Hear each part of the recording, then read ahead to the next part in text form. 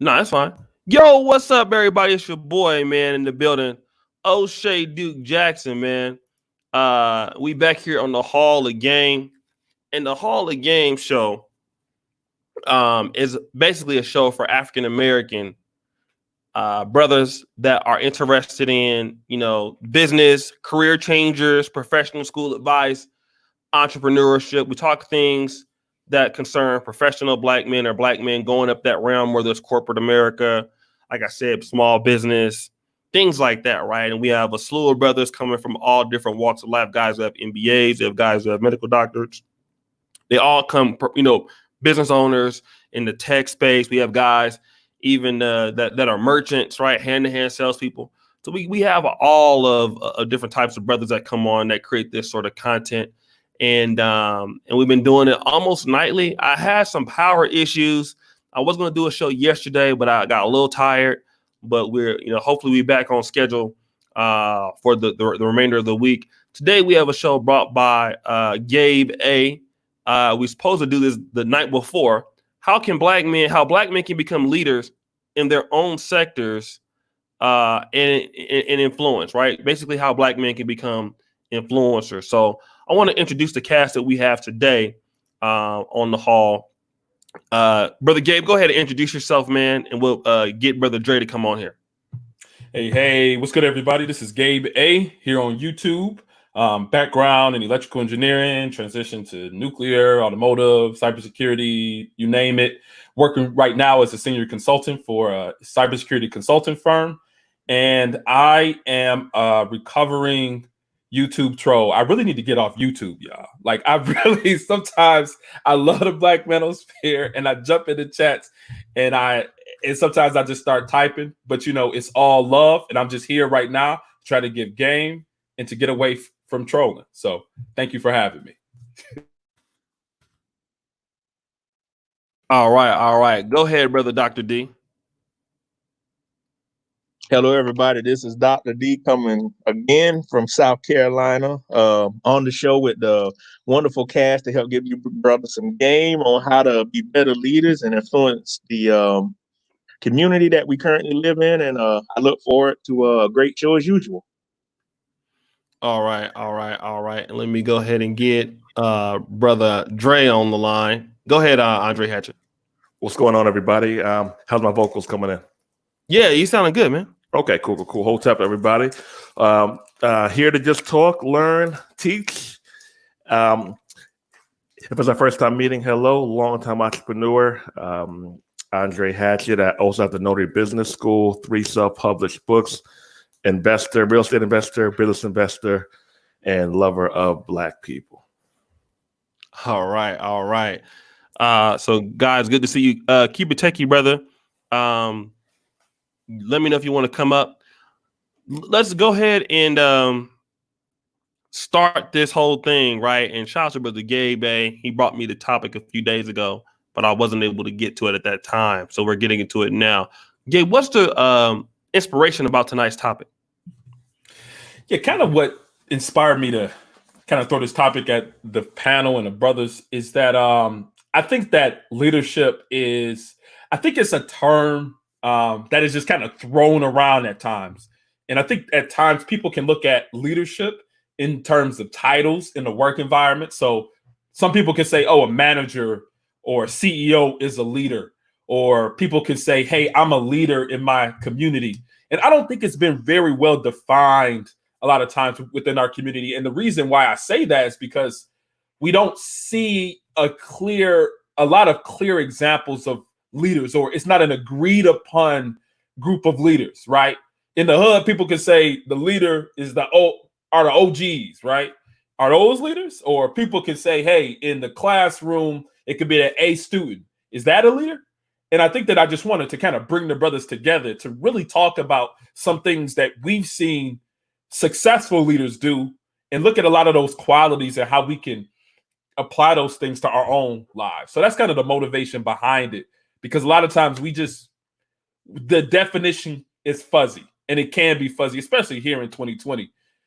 So that's kind of the motivation behind this idea of Black men being leaders. Let me ask you a follow-up question. What are some of the things that when you look at the black male leaders and the qualities that they have and possess, what are some of these things that you have noticed that these guys have? Sometimes I like to answer a question, and you probably have heard me do this. I like to answer a question by saying what is not, right? I think that so some of the knots are people are attracted to people who have pizzazz, right? Or has a lot of words, flowery words. I don't think that necessarily is a leader or somebody who has at times what can be said as game or mouthpiece, right? Right. That's not necessarily a leader. That can be somebody who's a snake oil salesman or somebody who is just trying to peddle some type of idea. So I think that that's one thing that doesn't necessarily define a leader. I think a leader can have good talking points, can have that good pizzazz, but I think a lot of times people go towards that, and that doesn't necessarily define what a leader is. What else? Is it not or is? I mean, since we got you on the we got you going pretty good. It's your topic, so okay. Help me get some more content out there, brother. Come on now. Teach the people today, brother. Let me tell you what else is a leader. A leader is also a person who comes into a particular environment and they change things. Things change for the positive as a result of them being there, right? Things grow, right? As a result of the sunshine hitting the grass and the trees, it grows. And we look at the sun as the largest source of energy in our atmosphere or in our solar system. So I think that that's the same quality that leaders have, is that when they come to a place, it grows. And just as me and Dr. D were talking in the back chat, we were talking about real estate, right? And a lot of times people say, oh, the hood is beat down, the hood is bad, and nobody want to be there. Yeah, sure. It's not the best place to bring up children. It's not really safe all the time. But if you put a productive brother in the hood with a plan to make change and to make things different, I think a leader, a brother who is a leader, would change. The hood will change as a result of that leader, that brother being there. So I think that that's another quality as it concerns brothers or a leader, is that a person comes into an environment or a situation and things change for the positive. Things grow. Things are built. Okay. No. Great points. You want to go next, Andre? Yeah. I'll up in next. So the question is, what is a leader, correct? Yes. All right. So a leader to me is somebody who has extremely good follow through, and they keep their word at least the high majority of the time. And if they break their word or their promise or go against a certain standard of living, they have no problem apologizing for going wrong on their word. So, for instance, I know some cool dudes, right? Mad cool dudes to hang out with and kick it with. They asked me to work with them on certain projects. I had to tell them no. And the reasons is that they have terrible follow through. That they have terrible follow through. And now I have some other people who I work with who might be less intelligent, but I would rather work with them in a leadership or startup capacity. And if you're starting a company like that, or on some level you are a leader, even by default. And I would love to work with them, even though they're less talented per se, but because they have extremely good follow through, and they have no problem being held accountable if they don't act on what they're supposed to act. So follow through. And in the business world, to become a leader in an industry, I would advise for the brothers to have these few things in place. Master some kind of domain and dominion before you jump around to other different ventures. A lot of times people are consistent dabblers in different industries. And if you ask somebody, and if you ask, so here's something to ask a broke business person. If they can't explain what they do quickly, they're probably broke. Oh, I have 5 minutes. Okay. Tell me what you do in 10 seconds. Oh, it would take longer than that. Okay, you're probably broke. So you haven't become a leader, or you haven't dominated in your industry. You're hopping around. So uh, everybody who's on the panel probably knows what I do, right? If not somewhat close to it. That's because I went all in and I became a leader in my industry. Then I moved on to different ventures, but I had a main thing that I dominated, and that's what leaders do in the business world. No, I definitely agree. Let's shout out to Keep Techie in the building. Let's go to Dr. D. And let me shout out to Dr. D for that great topic he brought the other night, man. I'm still getting comments on that video. So shout out to Dr. D. Go ahead, brother.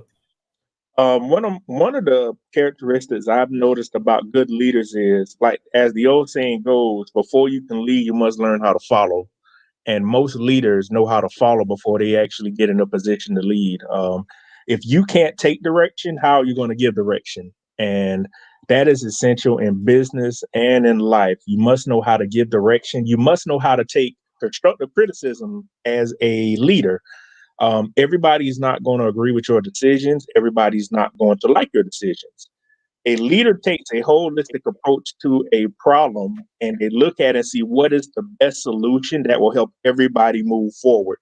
They don't look at one person and say, well, this decision will make you happy. No, they look at the situation and say, this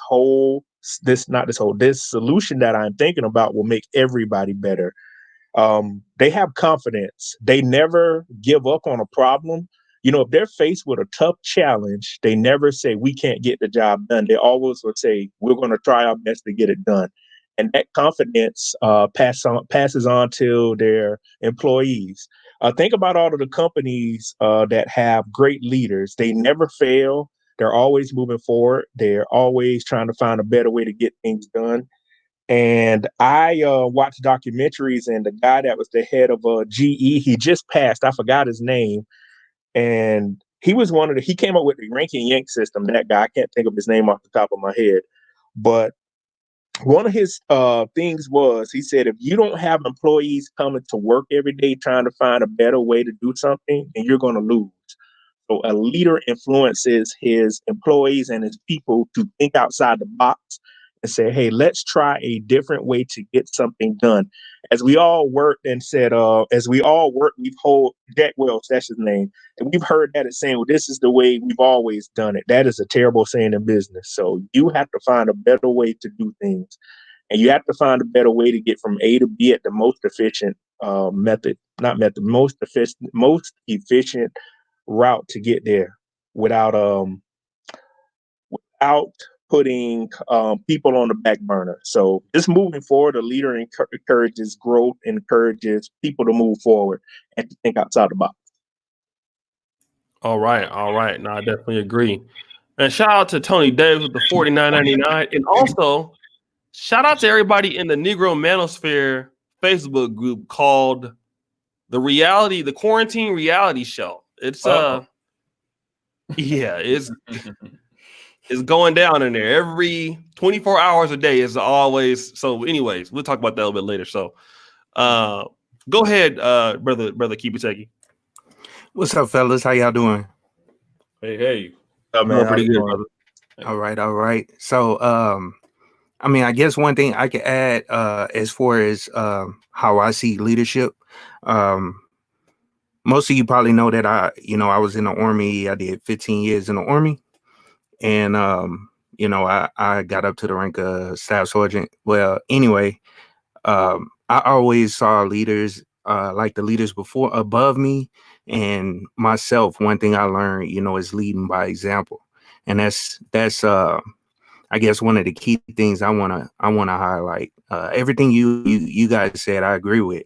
But leading by example has always been a thing that, I strive to do. You know what I'm saying? If you can't do what you asking somebody else to do, then what's the point? You know what I'm saying? So, and then also, good leaders, a good quality of a good leader, they have that way of motivating people and inspiring people to be great.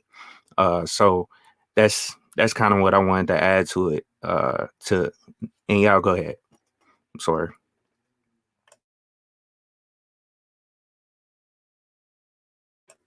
No, go ahead. Go sorry. Got me some coffee. Brother Josh don't talk too loud. I mean, brother Keep Taking don't talk too much. So, Yeah. let me ask you this though: is there a difference? Let me kind of go back to Gabe,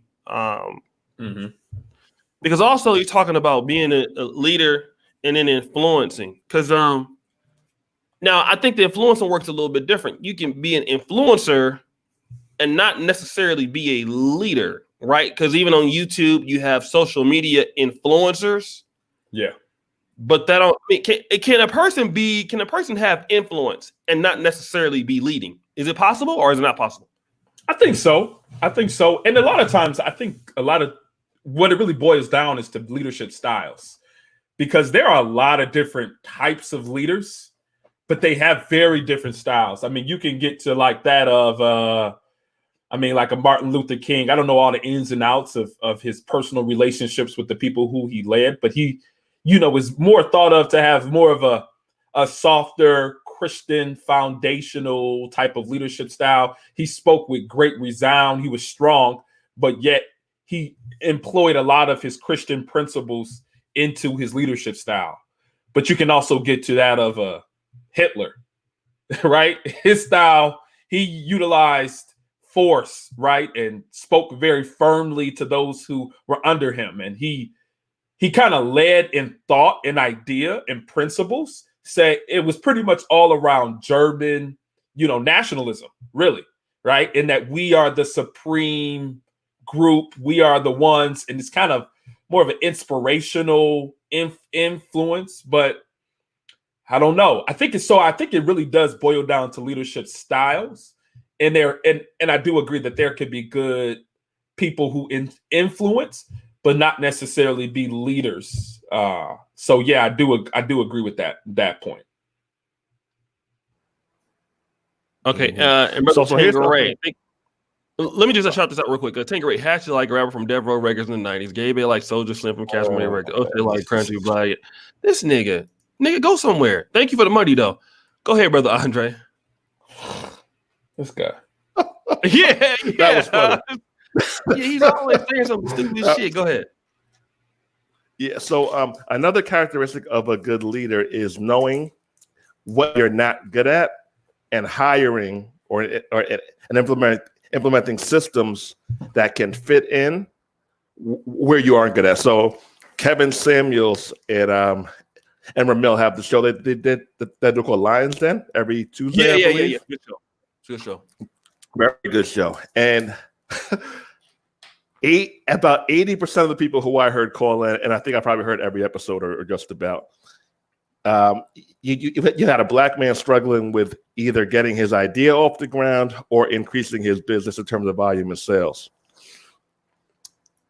80% of those dudes, their biggest problem is them, not their business.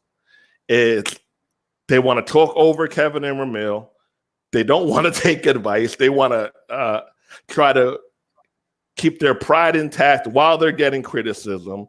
They don't want to hear certain things. They're combative as all friggin' hell. And I'm like, fam, like this is free business consulting getting. Yeah, I mean, nobody wants to hear this stuff, especially in public, but that's what you need to do to get you to the next level. So those guys haven't developed their leadership skills because a leader will take the criticism, even whether it cuts deep or not, and they will implement it. A lot of times, business owners, they go wrong because they would rather have things go their way and or be right over everything else. They'd rather have things go their way and be right over making money. A whole lot of them. Where a good leader will say, man, come in here, help me fix what I got to fix because I need to make more money. So being right and having things go their way is a major downfall of bad leadership. No, great point. Anybody want to jump in on that?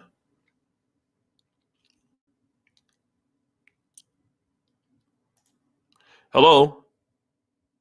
Can y'all hear me? Oh yeah, I hear you. Just spoke. I didn't know if anybody else wanted to jump in there, but I was going to talk about how a lot of times I think people with a what's that called? Kind of like a loud voice, or people who have like the bullhorn. they feel as if just because they have a message, and I think that this is important, and this is something that people can really take into account. People feel just because they have a voice, like, for example, YouTube, right? People make channels a lot of times, and they just throw out a whole bunch of their ideas and thoughts. And a lot of times and it's not bad or anything, right? They just have a lot of kind of contrarian thoughts. They just feel like being against the grain is right. It doesn't matter what the situation is. They just think being against whatever the majority of people think is wrong. And, I don't think that you can't influence people when you're always against people, if that makes sense. You against everybody, okay, again, black, because I can only use these black manosphere examples because that's the space that we in. Everybody a blue pill simp who this, or everybody not black pill, or this person ain't that's not red pill, or that's not 2.0, that's not, like, I don't know, like, it's just I feel like there are people who just hold very strong opinions and just go against the grain just to go against the grain. Right. And it makes it very difficult for you to influence a large sphere of people, because if you always seen as the bad guy is the bad guy for a reason, right? But the bad guy isn't the leader. The bad guy isn't the one in the front and center. The bad guy isn't making positive change. The bad guy is just trying to get his thoughts out there and trying to go against everybody that comes his way. So, I think that is something to really consider, is that, okay, am I just a contrarian just to be a contrarian? Or am I really trying to produce some type of positive change in the sphere of individuals who are hearing my voice? Because really, YouTube is a platform for voicing your ideas and getting your message out there. And it can really be utilized as a method for your leadership. Like, you can really start something. I mean, a lot of people are seeing it. Oh, say you've done it, right? You started off in the car or whatever, right? Yeah. Out there, and it was able to grow because a lot of people rock with that message. But if your message was just against everybody's, then it would be difficult for people to follow you. So, don't mean to be too long-winded, but it's kind of the idea I had there. Let me kind of join in. Shout out to everybody. Brother Ash with Allen out of Canada. I know there was a Canadian brother that at Princeton was the first valedictorian, if I'm not mistaken. So shout out to Canada, right, for that. Let me just say this, because I'm listening to what you brothers talking about leadership, and I just want to kind of go back to a guy that was a general manager he's a manager of a few chains of grocery stores, and he said that he would never ask somebody to do something that he wouldn't do. And that's kind of one of the things that, guys that ever heard of Jeremy Rawlings, when he was, running Ghana, he would be out there, with the people. And, as far as making change in the country, he got so much influence because he was out there with them, cleaning up and doing things. And one of the things that I've noticed about leaders is that one of the part of leading is serving. And a lot of black people, I think that the Umar Johnson I think he talked about that kind of fast talking kind of guy. I think that a lot of times we get caught up in, I'm a leader, I'm here, and then you're there. And especially when you're dealing with it's a black show, I'll be going to be honest. Getting black men to buy into any message is hard, because black men are really suspicious of one another. But the one way that I know that you can work with other black men and influence in a space such as this is by serving people. And really, although this is a platform that does make money for myself, one of the things that I try to do, and I wouldn't call myself a leader, but I would definitely call myself an influencer, but I've gained that influence by serving.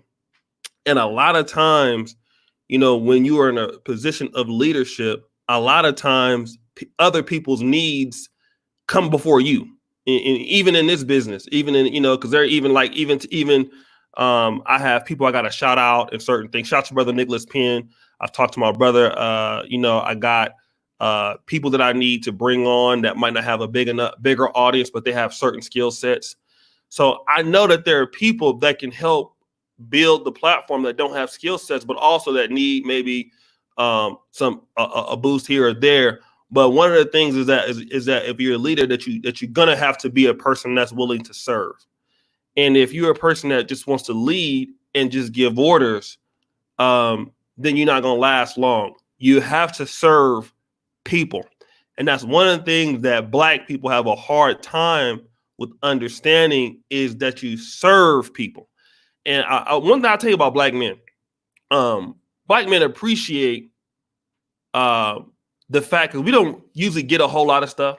Women get a lot of stuff, but when brothers when they're getting stuff and it's genuine, whether it's good information, it's good knowledge, they appreciate it and they support it. Thank you to Brother Nicholas Penn. So I just want all brothers to know that in order to influence a niche, you cannot influence it unless you have nurtured it, unless you have served it. So I challenge, anybody who wants to call themselves a leader, get ready to, crack your knuckles and start serving, start working with people. And another thing too, while you're serving a niche, there are going to be people that are smarter than you and talented than you. And that's something that a lot of brothers have problems with. Every show, there's on the Hall of Game, there's 2 or 3 people that are smarter than me and know more about what they're talking about than I do. It happens every show. But I'm not threatened by those people. I'm learning just like everybody else is learning. But I just want to talk about that whole idea of servitude. And a lot of people, you think that there's a problem in that. No. I mean, you can still gain money or still get monetized for your services and stuff like that. But look at it as you're serving, like Brother Gabriel, Gabe. Gabe has been probably one of the most talented people that I've ever collaborated with as far as content. Now, I mean, I've worked with a lot of people. We talk about Donovan Sharp. I've worked with the Alan Roger Curry. I've worked with Obsidian. I worked with a lot of good creators. LAR with the Brother Pill. But as far as a niche that I could never really see myself in, Brother Gabe is a person that has really helped, bring this content to another level, right? And I'm thankful for him. But it's all about serving the niche. You understand? Because I couldn't get there unless we serve this niche. And we're all right now in servitude to this niche as we're on the stream. So I challenge every brother that if you want to influence something, if you want to have, for example, I'll give you Sonnetter. I know I'm being alone with it. Sonnetter is very big in the Hotep space in the Black conscious community, 125th. Everybody, you know why everybody knows Sonnetter? Sonnetter has been out on the streets of Brooklyn, Harlem. Khalid Muhammad, he was his bodyguard. He's been doing it for 20. He's been serving that niche for all those years. You can't get influence without serving. So brothers got to understand that there's a servitude aspect of leadership. It's the most important in order to have credibility. So I just want to let everybody know that.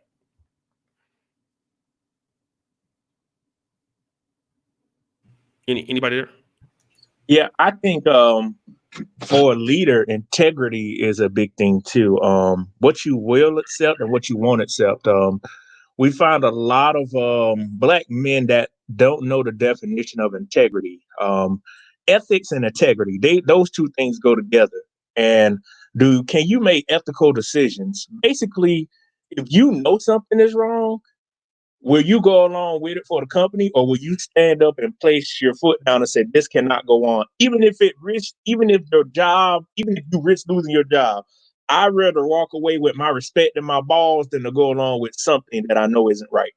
At the end of the day, you can look yourself in the mirror and say, I did the best thing and I did the right thing. Excuse me. Yes. And to have integrity to say, the boss wife want to sleep with me, I'm not going to sleep with her. Or now that I'm in a position of power, I'm not going to try to bang everybody else's girlfriend or wife, because as we know, women like men that are in power. Once you reach a certain level as a leader, women's legs going to part like the Red Sea. And it's up to you to decide, I know that's not the right thing to do. That's only going to make me look worse. It's going to make her look bad. I will not indulge in that kind of behavior. When you're a leader in a company, everybody's going to look for you to make those kind of decisions. You never want to be a leader. I've heard women talk about men and say, hey, all you got to do is give him something, he'll do anything. You want to be the kind of leader that has integrity, you are ethical, you have principles that you stand on, because at the end of the day, those are the things that are going to define you. Whether you know it or not, your name follows you. People know you no matter where you go. You may apply for a job in California. People already will know before you get there what you're about. And Black men got to realize, once you're in a position of power, there is a spotlight on you. You have to do everything by the book, because the first time you step outside of the line, they're going to say you didn't follow the book. And you have to make sure that you're confident in what you're doing, that your decisions are good. I said this earlier. And you also have to make sure that the interest of the group is the number one thing. You care about people. A good leader cares about his employees. If an employee is late, you don't drill them. You ask them, hey, you've been making it to work late. What's going on? Are you having family problems? Leaders ask their employees about their families. They are involved. They help give them a work-to-life balance. They help them see the future. They don't want to just keep them defined. And if they want to leave the group and try something else, the leader supports them. Leaders offer support to the employees and to an organization. And Dr. D, I'm glad you brought that up, man, because that ties into what I was going to talk about earlier when I accidentally didn't click off mute, and I started talking earlier after Andre. But accountability, that's one good trait, that I want to highlight about a good leader. You know what I'm saying? You gotta, take responsibility for the actions of people underneath you, in my opinion. And that's something, that I had to do, in the military. That's one thing I learned, as far as being a good leader. You know what I'm saying? Don't, like you stated, don't drill, the person underneath you or whatever. If they, show up late, try to help them, and as well as your leadership above you. You know what I'm saying? You want to make sure you take that accountability. You know what I'm saying? So it doesn't. I don't know. It makes a better team, because people underneath you will look up to you in a different light by you accepting that accountability for the team itself. So that's all I wanted to say, man. Go ahead. Anybody?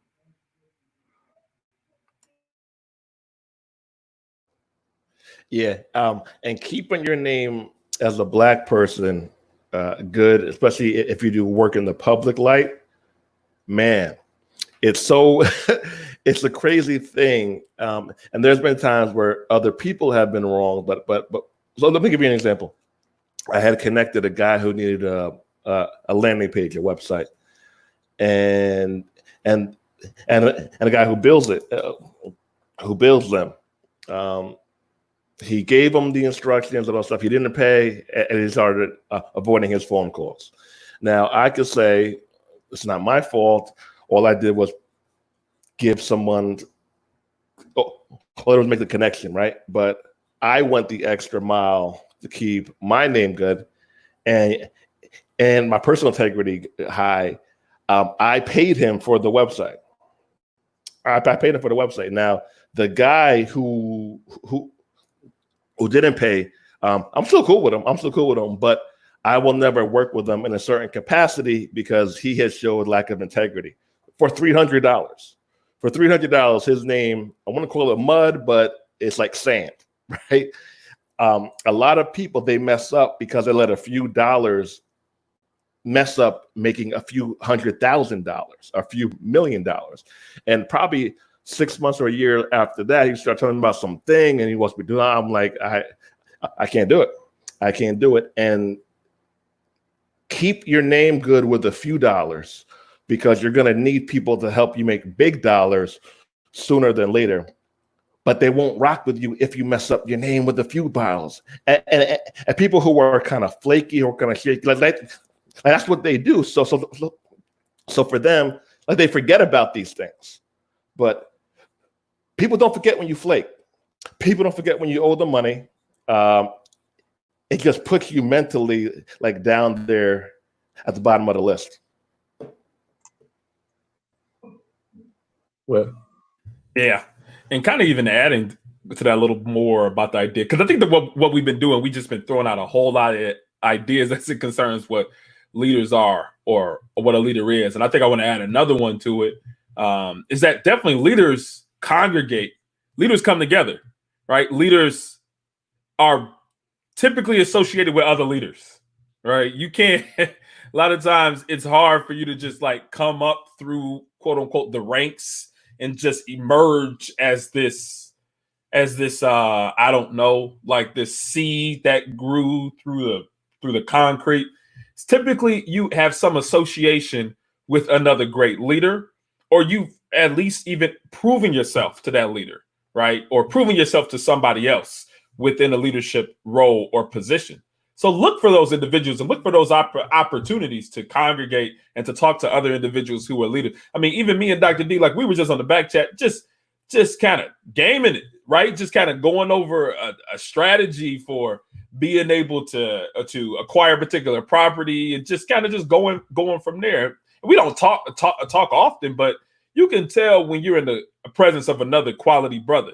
So, look for those opportunities and look for those brothers who have similar ideas and thoughts that really align with your own, and be able to grow and lead in that aspect with that brother. Just like O'Shea was saying, don't feel challenged or don't feel like you are in some way in competition with that brother, but rather leverage that relationship to your advantage, right? So I think that's very important in what leaders do. Leaders typically congregate. Leaders typically come together. And one last thing, leaders don't take all the credit. They say the team did it, because we have managers or you have other folks on teams that are selfish, and they'll say, well, I did it. Leaders always give congratulations to the team and say the team did it as a whole, even if they fail or they succeed.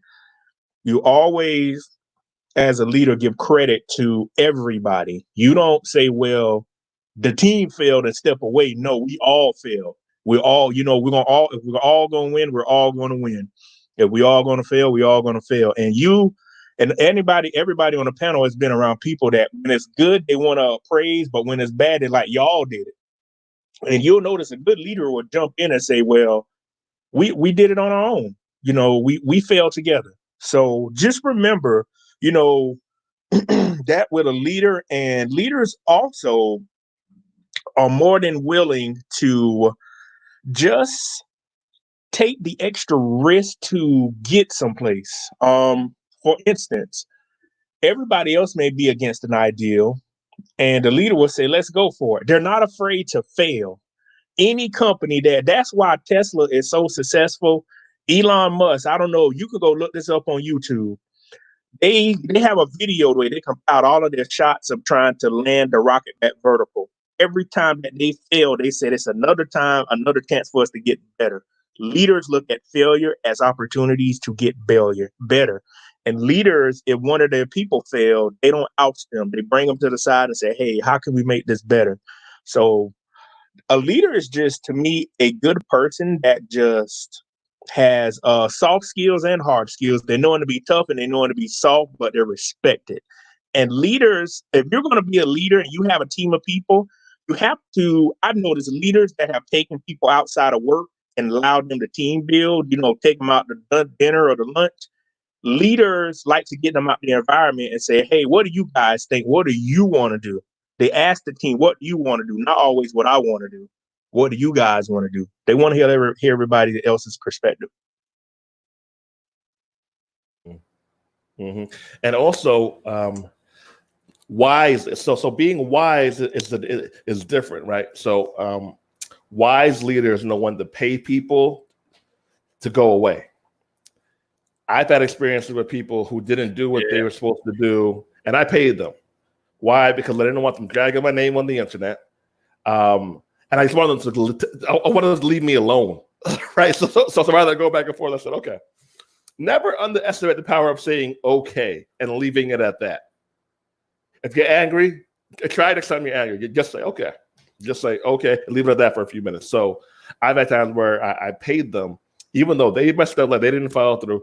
I paid them. Now after that, I didn't work with them anymore, but I was wise because some people want to make stuff up about you, blow up things that aren't true, take things that are small, make them big. So for me, whether it be 50, 100, 300 bucks or whatever, I would rather have that energy cleared from me rather than fight you or to be strong-minded on a few $100.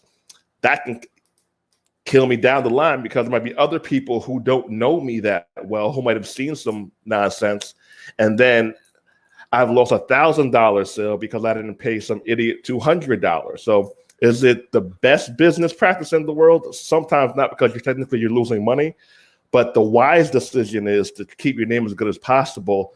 And sometimes you have to do the wise thing, and in the short term, it's lose some money.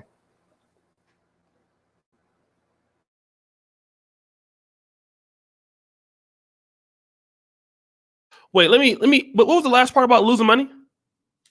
I'm sorry, I just got back. What did you say? Yeah. So I said that sometimes I paid people to do things, and they messed up on that assignment, but I still paid them because I didn't want them to go dragging my name on the internet and giving me bad shit. So in the short term, it cost me money. So technically, in business, our goal is to make money, right? But in the long term, it gave me the peace that I don't got to rock with them anymore. And two, like, they can't say anything about me because they got paid. So short term, lose money. Long term, it's the wise decision because I'm able to keep my integrity extra clear. Let me just jump in on this. And I was getting some tea so I could just prepare for the rest of the show. But I wanted to say, let me get a shout out to Brother Gerard. Thank you so much.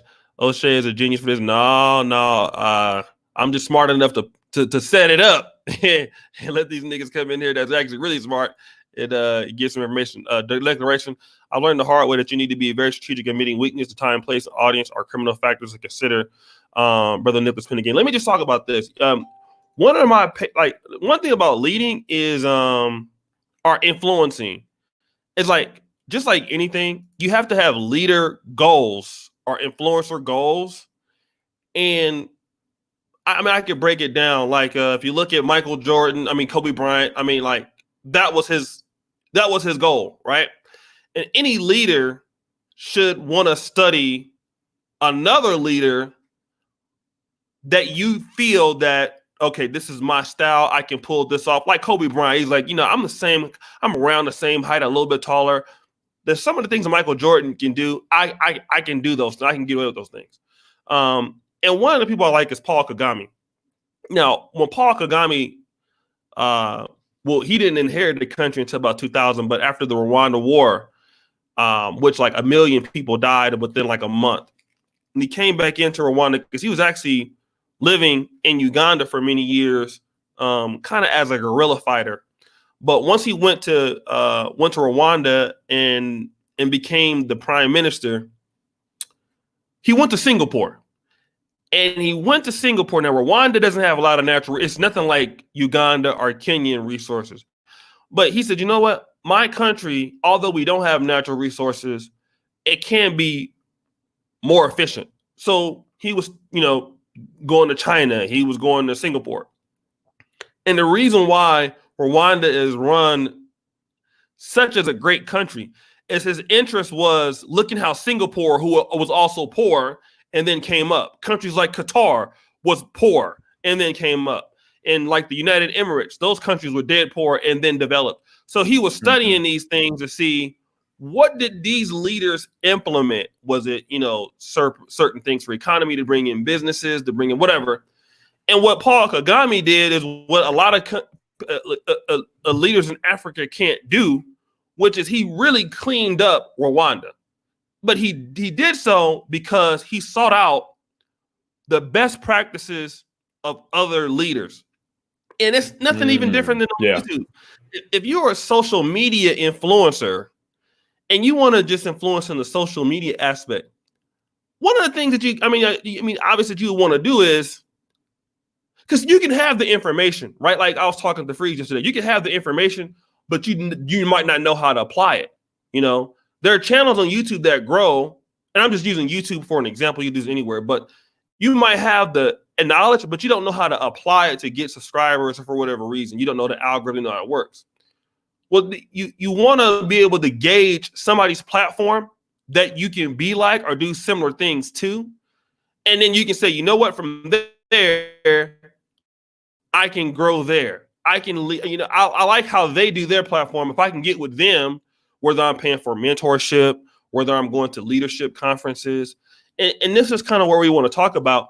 In the United States of America, there's nobody that has more leadership-based courses or programs or things than America. America breeds these leaders, right? I mean, this is what America does. America wants to lead the world.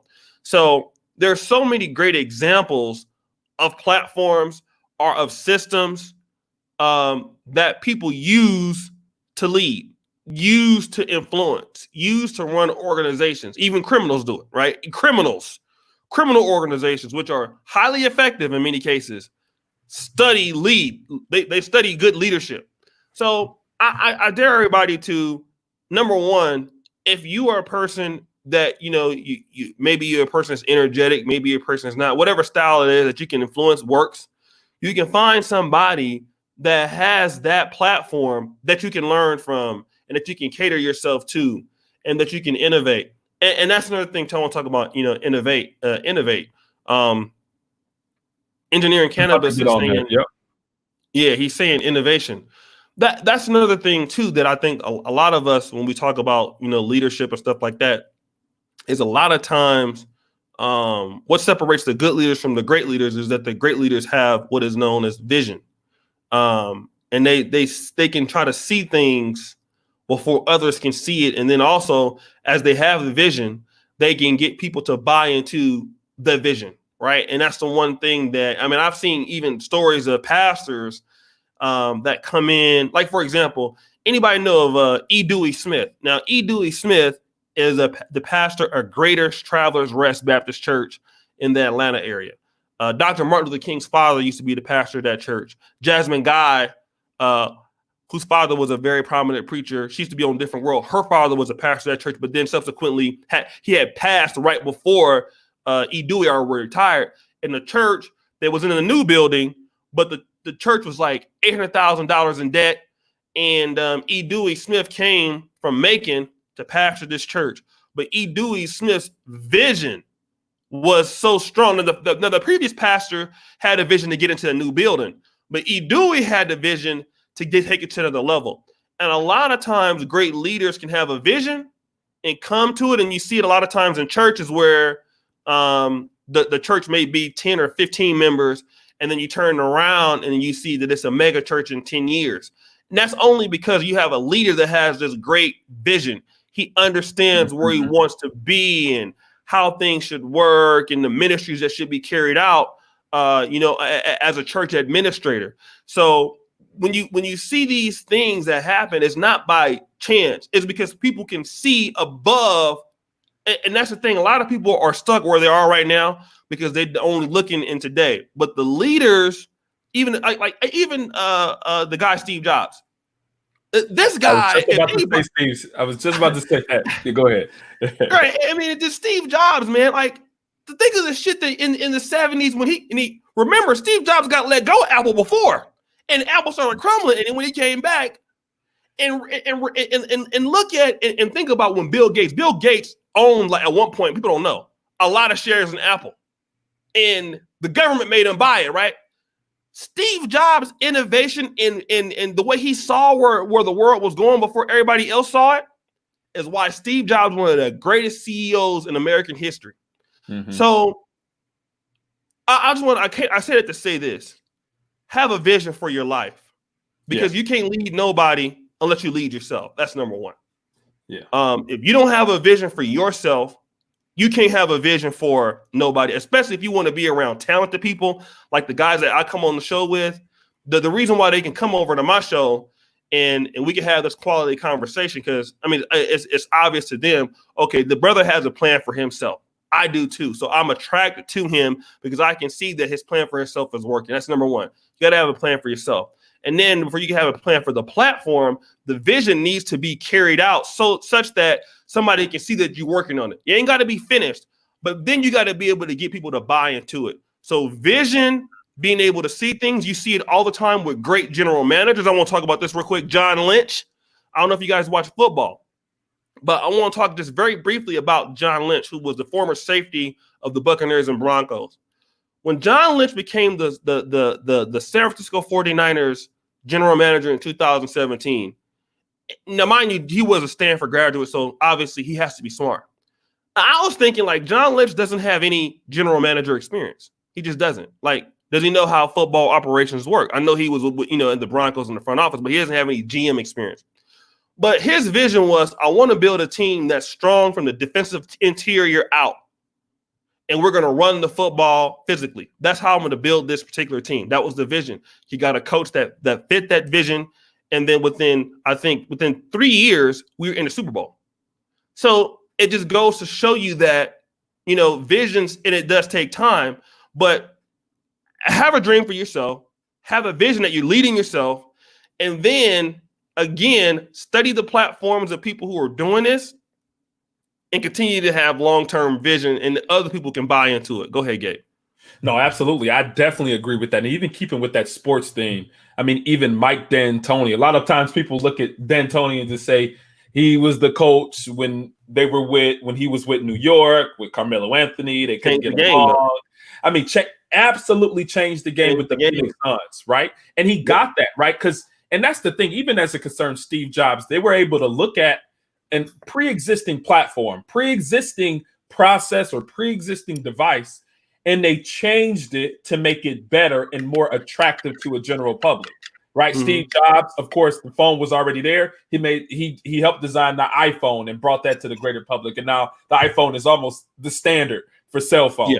But even D'Antoni, he changed with the Phoenix Suns. He changed the way that the offense was played, because traditional coaching was all sitting around big man, half-court offense, bang inside, sky hooks, the Kareem Abdul-Jabbar's, the Elijah Wan, the Ewings, the Ewings, all of these big centers. That was really how the game was played. Half-court offense, you run your offense, pick and rolls and everything. D'Antoni was like, nah, forget all that, right? You get more points by shooting threes. You can shoot more threes and get more points by getting more possessions. So get up and down the court as fast as possible and do as little as possible, and more fast breaks, more transition offense. It equates to a higher scoring, and you have a better chance of winning.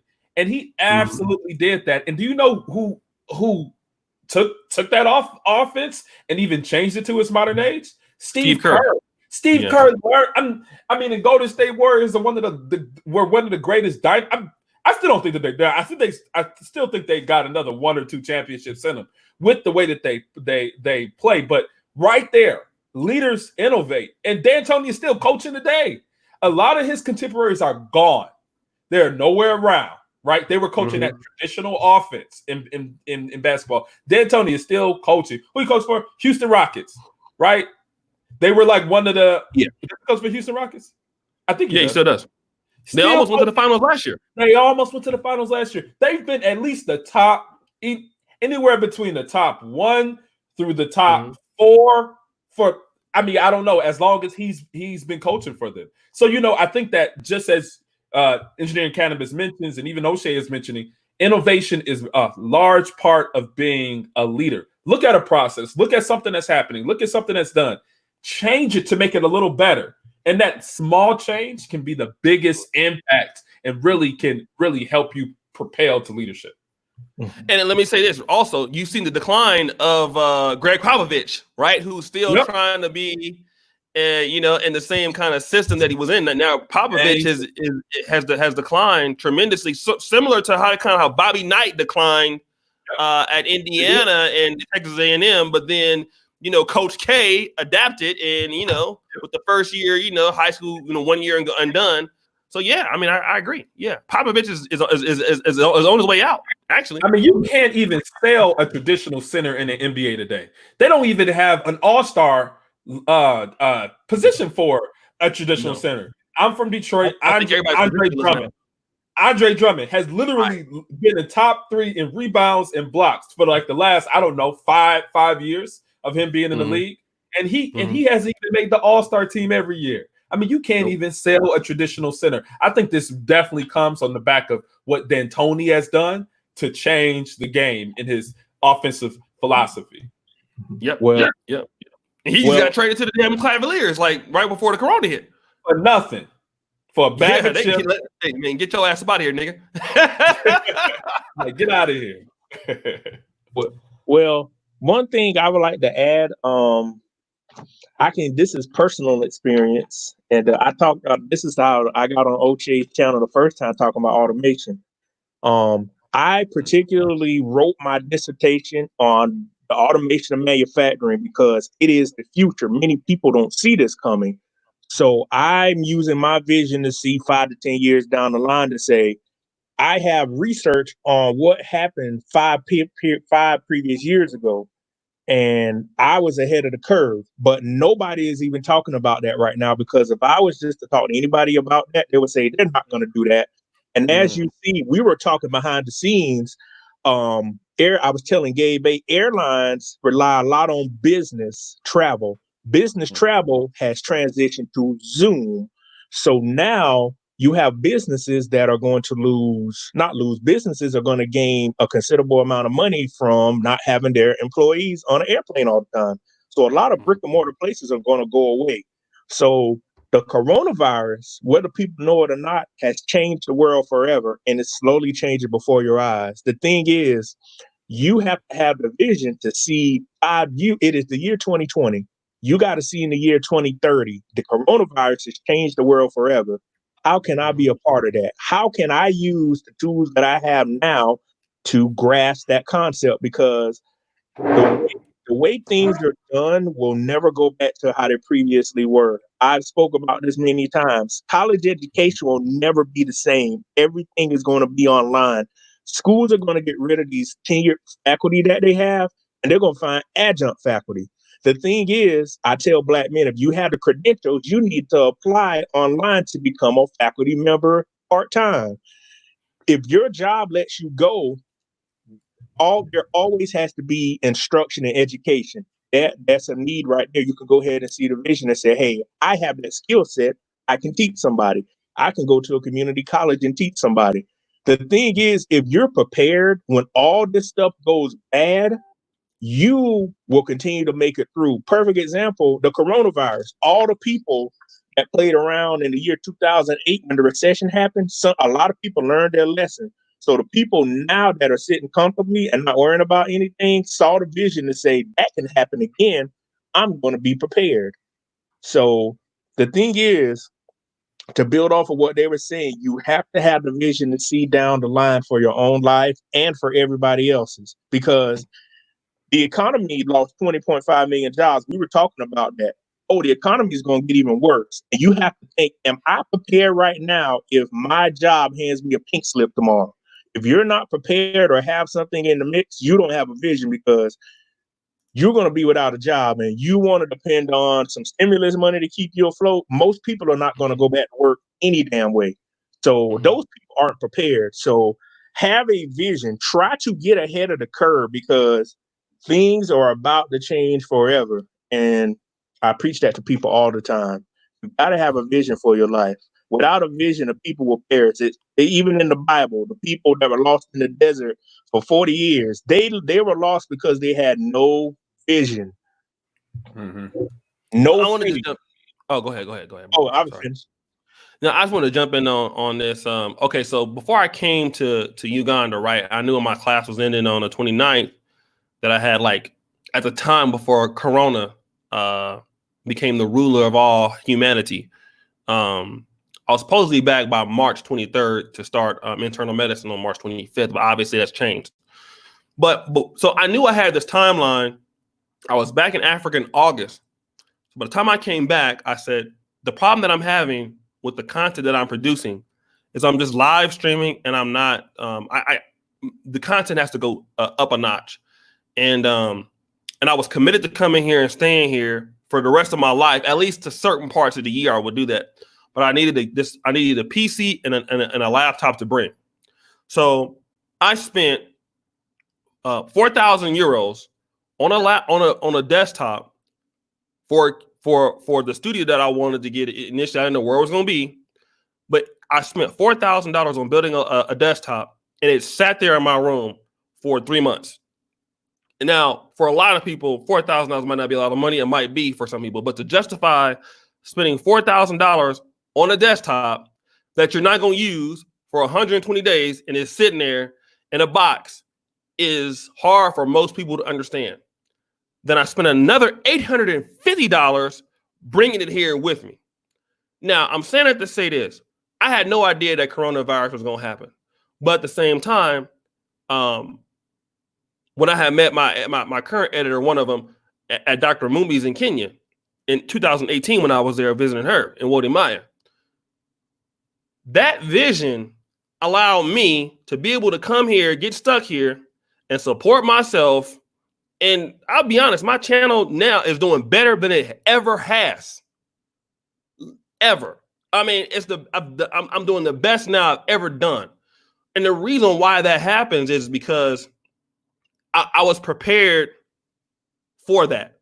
Even though I had no idea this was going to happen, but I was prepared to go to the next level. So I want to just tell guys, a lot of times, like Sugar Free said, if you stay ready, you ain't got to get ready, right? And so, there are Americans that are stuck in places right now.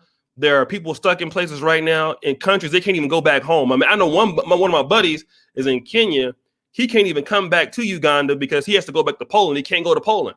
So he's stuck in Kenya, right? So imagine you being stuck somewhere. You can't support yourself. You're running out of money.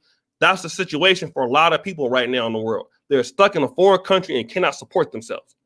But your boy is doing all right, right? So I want everybody to understand that a lot of times you're preparing for things that are unseen that you don't even know about because of where you're trying to go. So I want a lot of brothers to understand that, and that also helps you get your influence up also, because I'll tell you one thing about coming to Africa. The talent is here, but a lot of times the resources are not. If you're a person that in any niche that you're going to go and serve, if the resources are not there and you can bring them there, you not only are you serving the niche, you're growing in the niche, right? So always look for opportunities and places that you can influence where it's underserved, right? A lot of people are trying to serve niches that are too packed, but I can tell you that right now, don't be afraid to go into places and try to be a leader or an influencer in places that are underserved. I'll tell you right now, Black male spaces, Black community spaces, Black anything is always underserved. So, and I'm gonna tell you one thing too. A lot of you niggas hate Black people too, right? So y'all don't want to serve these spaces, and what you're doing is you're missing out on the connections. You're missing out on the networks. You're missing out on all of the stuff because you don't want to be here. So when you do that, you're not able to influence, and you're not able to be autonomous. Because think about this: what if I had a regular corporate job right now? What if I was working for some big company, Walgreens or whatever, and they had to fire somebody? I'm done. But because I've been invested in this niche and I'm an influencer in this niche, I ain't got to worry about no money problems, right? Because my influence in this niche that I'm in right now is way more better than what Sachs, Goldman, Fifth can give me, any salary that any bank can give me, a $200,000 a year job. It's not worth it, right? That income they would throw at me, it's not worth me being there. But because I'm invested in this niche and I'm an influencer, I'm not worried about money. So shout out to Brother Gabe. I want to just kind of get on that. But brothers, always think about that. Build your network in these niches, man. And that way you can always be, in a position to win. Go ahead, Andre or Dr. D or Josh. Yeah. I'm sorry. One of the best. So here's what you did, O'Shea, is you were prepared. Most people are not prepared. Most people are smart enough. Most people do want it bad enough, but they aren't prepared enough. So I have a laptop that I'm on right now. I got another laptop there. I got my phone here. I got 2 webcams. I got 2 new lights that I bought. I got 2 whiteboards right here, right? Mm-hmm. So because I spend most of my time teaching and coaching, I have to be prepared. Well, what if that computer messes up? What if that computer messes up? Well, right. I got 3 devices right here at my fingertips. And a lot of people who say they want big money, I want 6 figures a year, I want $50,000 a month. They have, yeah, all right, that's nice, but they're not preparing their lives for it. And when opportunity presents itself, see, here's the thing about interacting with serious people. They won't give you multiple chances if they don't know you. So you can meet someone who wants to buy something from you or work with you, but your website's down. This ain't working. That ain't working. Man, be freaking prepared. Be thorough and prepared. Right. And that does so much speaking for you. It takes a lot of the guesswork out of, is this person reputable or not? It's like, man, this website's tight. All right, cool. Right. So my advice is for everyone, get prepared for what you want. Even if it's months or years away, get prepared and stacked up. I'm going to drop the link in the chat. If anybody wants to enroll in my notary course, it's $300 off. Lifetime access, $200. I have students who are making money in the recession, in this pandemic right now, making tons of money. Hit the link and enroll. You're going to save $295 and you have lifetime access. I'll talk to you guys later. On. Put it up there. I'm gonna put it up there right now. Yeah, no, put it up there right now, brother. All right, peace. Go ahead, brother Josh. Yeah, and one thing I wanted to say, man, and this kind of ties to what you were saying, but mentorship is a good quality for a leader to have. You know what I'm saying? As far as mentoring people underneath you, because just like that scenario you brought up where, you could possibly get fired or whatever, people that you may have mentors, it doesn't, see, with mentorship, it doesn't just help the person that you're actually mentoring. It helps you as well, because it builds those relationships that you can use and leverage in the future. You know what I'm saying? In case something, out the blue happens. So and then that's all I wanted to add to what you said, man. I appreciate it. And I actually gotta go as well, man. I don't wanna I'm gonna stay on though, just to No, I understand. Yeah. Go ahead, Dr. D.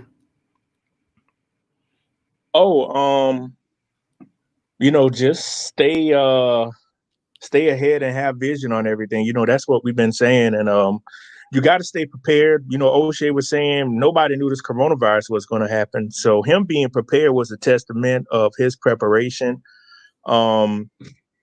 Just believe in yourself for one thing. Nobody else is going to believe in your vision. You got to believe in your vision.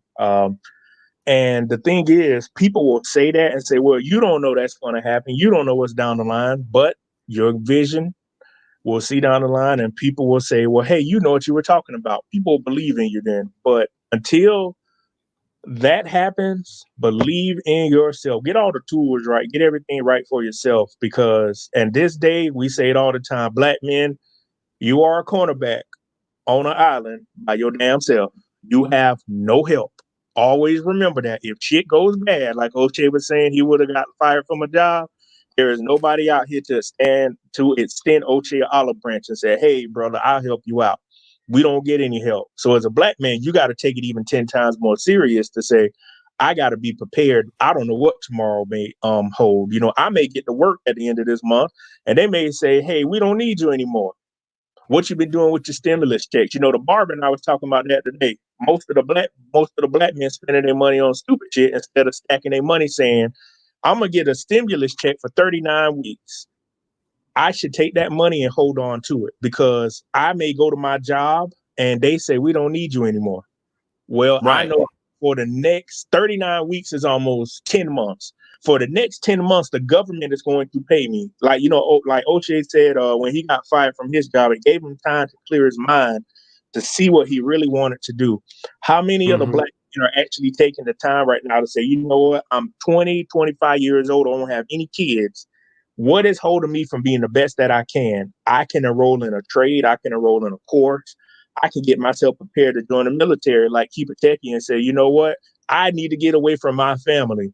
But you have to do something to prepare yourself, because I would tell you, Black men, this corona thing, I don't know if it will ever be completely over, but companies are going to look out for themselves. If your ass got to go home without a paycheck, your ass is going to be on your own. So take what we're saying very serious, because preparing yourself for the future may be there. This is the last thing I'm gonna say. A lot of married men, or men that have girlfriends, women don't see the value of having vision, because if you're a man in a household with a wife and kids, your thing is, we need to have some multiple cars, we need to have a bank account, we need to have things in case something happens. But women will say, well, why are you preparing like something is going to happen tomorrow? You as a man have to have that vision to say, if I lose my job, I got this backup. If something happens, I can call this person. You have to be able to put the pieces of the puzzle in action. So if something happens, all you have to do is pick up the phone or go to your alternate route. Right. And I definitely agree. And Brother Hatchet, that's the course there. Let me just say this, right? And kind of ended on this note. And shout out to Dr. D for that last statement. I think tomorrow we'll run with your. I think I saw the email. We'll run with your topic tomorrow. When I was coming up, I was talking to my mom yesterday. And when I was coming up, my mom, my parents had divorced by this time. My mom was telling me that, you need to, leave Del Paso Heights and go out and get your education and, kind of never come back here. And, a lot of us, when we come from, somewhat moderately dangerous African-American communities, that's the advice that we get. And we're kind of trained to, get a good job and do things like that, or, go on as much as you can take things professionally with your academic career and stuff like that.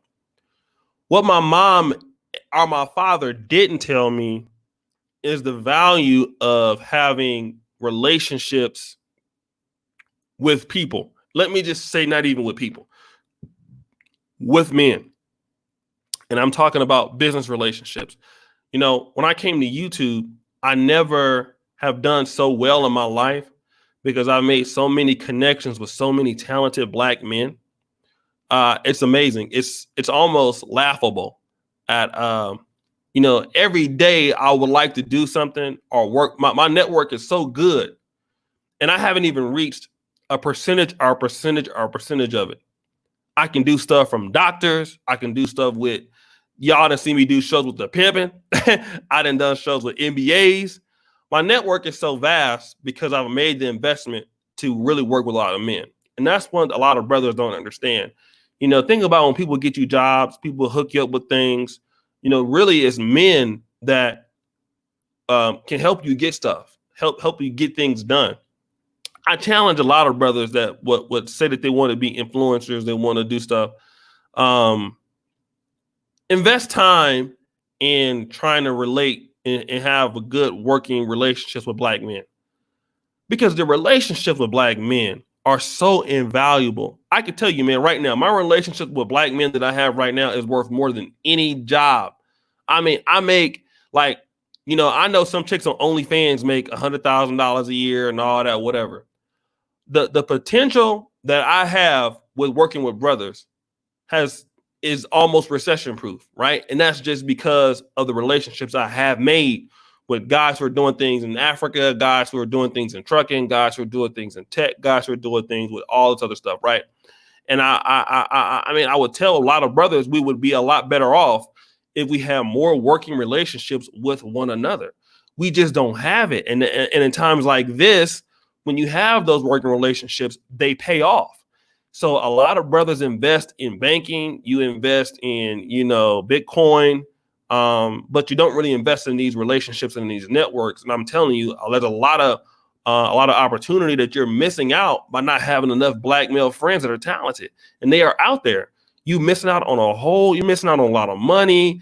You're missing out on a lot of opportunity. You're missing out on a lot of great people. You guys are just missing out.